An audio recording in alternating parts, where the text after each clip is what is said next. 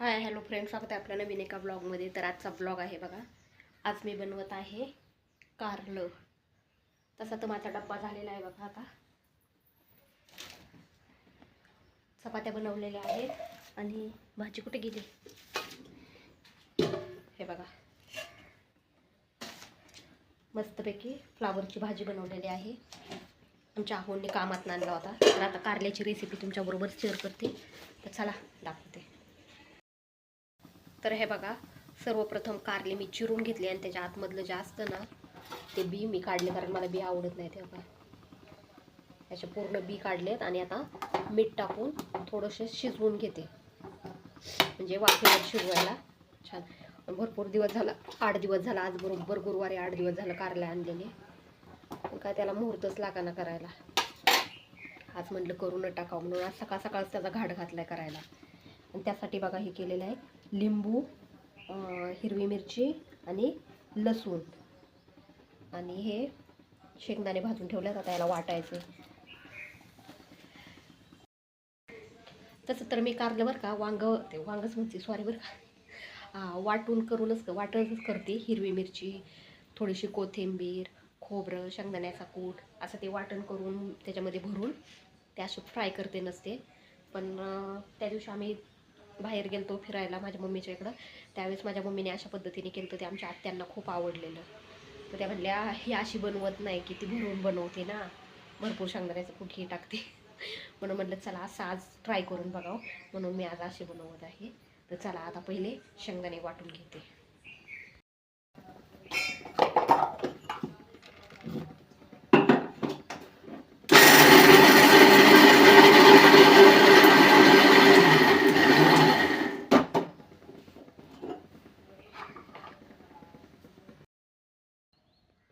तर हे बघा, कारलं मस्तपैकी वाफवून घेतलेलं आहे आणि 2 पाण्याने धुवून घेतलेलं आहे, म्हणजे त्याचा जो खारट काय म्हणतात त्याला, कडूपणा असतो तो जाण्यासाठी. आता आपण तेल गरम करायला ठेवले, त्यामध्ये टाकूया सर्वप्रथम जिरे मोहरी थोडीशी. नंतर टाकायचा लसूण. तेल छान गरम झालेलं आहे.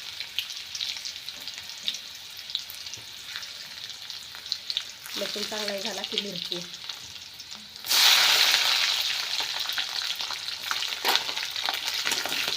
मिरची चांगली भाजली की त्यामध्ये टाकायचे लिंबाचे काप.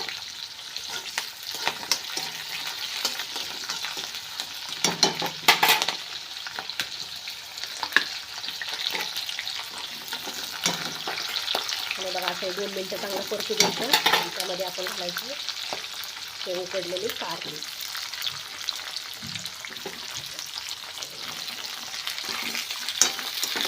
मस्त हलवून घ्यायचं.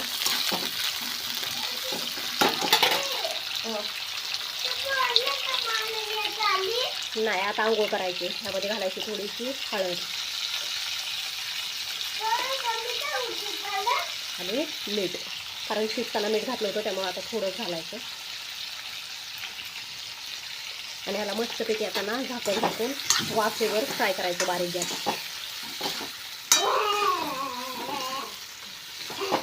आणि ह्याच्या शेंगदाण्याचा कूट ना थोडा टाकणार आहे मी.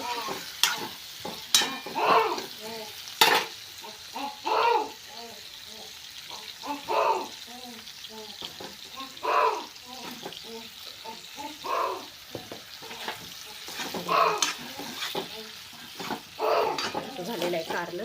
आता ह्याला आपण मस्त हलवून झाकून ठेवायचं. शिजलं ना की मग तुम्हाला मी नक्की दाखवते कसं झालं. त्याला झाकून ठेवते. बारीक गॅसवरच फ्राय करायचं.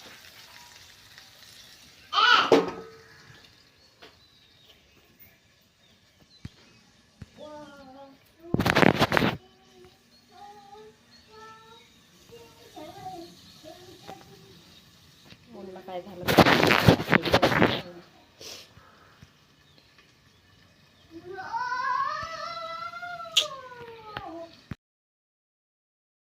आणि हे बघा मस्तपैकी आपलं असं कारलं तयार झालेलं आहे.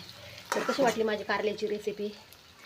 व्हिडिओ आवडला असेल तर लाईक करा, शेअर करा, कमेंट करा आणि चॅनलला नक्की सबस्क्राईब करा. कमेंटमध्ये नक्की सांगा कारल्याची रेसिपी कशी वाटली. तर भेटूया पुढच्या ब्लॉगमध्ये. तोपर्यंत बाय बाय.